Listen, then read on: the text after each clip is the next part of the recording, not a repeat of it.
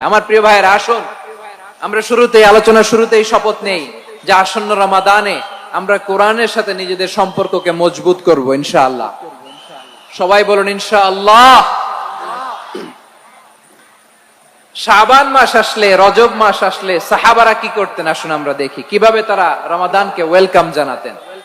রজব শাবান আসলেই ওনারা রমাদান পর্যন্ত পৌঁছার আকুতি, আগ্রহ আর ফরিয়াদ আল্লাহর কাছে জানাতেন আর বলতেন, ইয়া আল্লাহ, রমজান পর্যন্ত আমাদের হায়াত বাড়িয়ে দাও। আল্লাহুম্মা বাল্লিগনা রমাদান, আল্লাহ তুমি রমজান পর্যন্ত আমাদের পৌঁছে দাও। আল্লাহুম্মা বারিক লানা ফি রজব ওয়া শাবান ওয়া বাল্লিগনা রমাদান, আল্লাহ রজব শাবানে বরকত দাও, আল্লাহ রমজান পর্যন্ত তুমি আমাদেরকে পৌঁছে দাও। আওয়াজ করে পড়েন আমিন।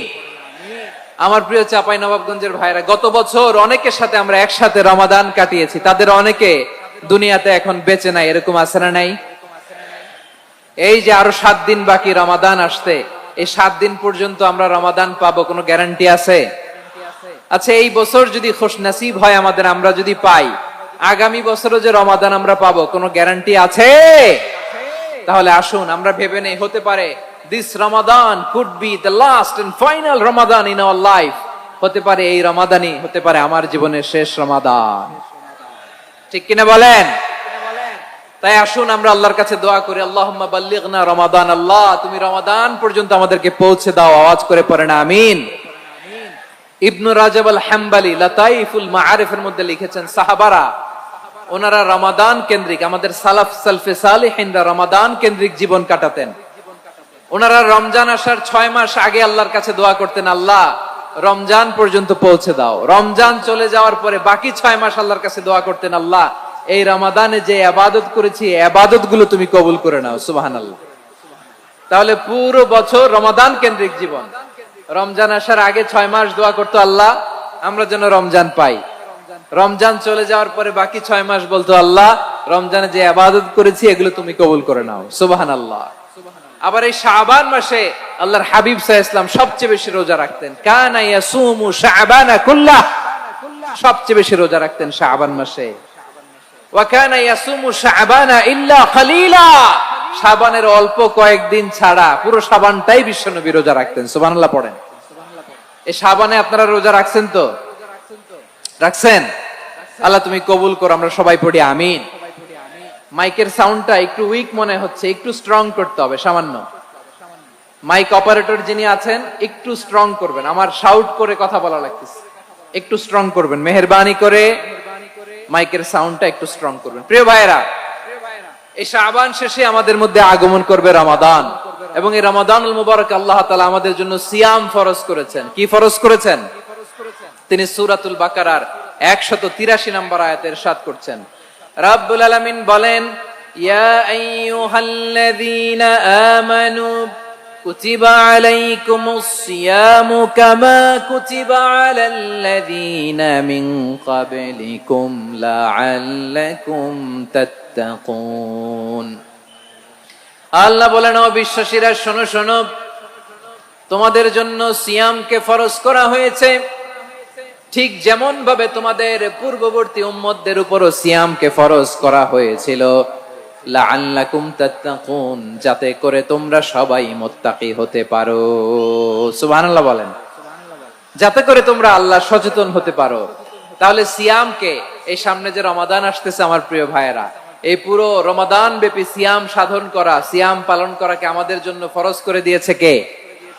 রমাদানের রোজা রাখার নফল নাকি? রমাদানে সিয়াম পালন করা কি নফল? সুন্নাত। তাহলে কি ফরজ? আওয়াজ করে বলেন, রমাদানের রোজা রাখা কি ফরজ? এটা শুধু আমাদের উপরই ফরজ না, আমাদের আগে যত জাতিগোষ্ঠী এই পৃথিবীতে এসছে সবার উপরে সিয়াম পালনকে ফরজ করেছে কে?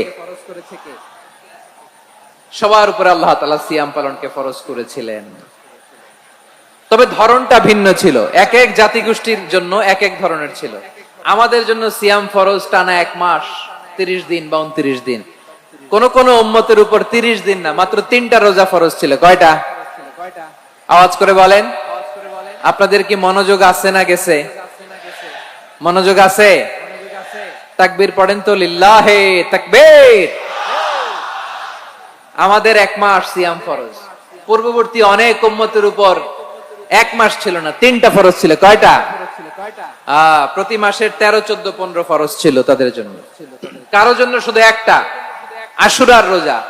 কোন কোন উম্মতের জন্য 10টা, কোন কোন উম্মতের জন্য রোজা ফরজ ছিল মৌনতার রোজা, আরবিতে বলে সৌমুল ইনসাত, মানে সারাদিন খেতে পারবে, পান করতে পারবে, স্ত্রীর সাথে মেলামেশা করতে পারবে, কিন্তু কথা বলতে পারবে না। কথা বললেই তাদের রোজা ভেঙে যেতে। পড়েন সুবহানাল্লাহ। কি অদ্ভুত ব্যাপার, মৌন সম্মতির রোজা। যেমনটি সাইয়্যিদাতুনা মারিয়াম আলাইহাস সালাম বলেছেন, ইন্নী নাযারতু লির-রাহমানি সাওমা ফালান উকাল্লিমাল ইয়াওমা ইনসিয়া। তিনি বলেছেন, আজকে আমি রহমানের জন্য, মানে আল্লাহর জন্য রোজা মানত করেছি, আজকে আমি কারোর সাথে কথা বলতে পারবো না। তো রোজা রাখলে কথা বলতে পারবে না কেন? কারণ ওই শরীয়তে রোজার বিধান ছিল সকাল থেকে সন্ধ্যা খেতে পারবেন, পান করতে পারবেন, কিন্তু কথা বলতে পারবেন না। কথা বললেই রোজা ভেঙে যেত। সুবহানাল্লাহ বলেন। তাহলে সব জাতিগোষ্ঠীর উপরে রোজা ফরজ ছিল, কিন্তু ধরনটা ভিন্ন ছিল। মজার ব্যাপার হচ্ছে, আপনি বর্তমানেও বিভিন্ন ধর্মের দিকে তাকান, বৌদ্ধ ধর্ম, হিন্দু ধর্ম, খ্রিস্ট ধর্ম, তাদের মধ্যেও রোজা আছে। ইংরেজরা, খ্রিস্টানরা এটাকে বলে ফাস্টিং। কি বলে? ফাস্টিং। আমাদের হিন্দু ভাইয়েরা বলে উপবাস। তারা কি বলে? উপবাস। আবার এখন আন্দোলনেরও একটা মাধ্যম হয়েছে এটা, না খেয়ে থাকা, এটারে বলে অনশন। এটারে কি বলে? অনশন ধর্মঘট। মানে আমাদের দাবি না মানলে আমরা খাবো না, রোজা রাখলাম। আছে না নাই?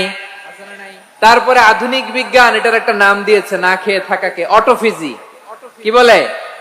অটোফিজি। জাপানের এক চিকিৎসা বিজ্ঞানী এই অটোফিজির উপর গবেষণা করে সে নোবেল পেয়েছে। সুবহানাল্লাহ পড়বেন না? এজন্য আল্লাহ তাআলা আমাদের জন্য গোটা রমাদানে এই সিয়ামকে ফরজ করে দিয়েছেন। আওয়াজ করে বলেন আল্লাহু আকবার।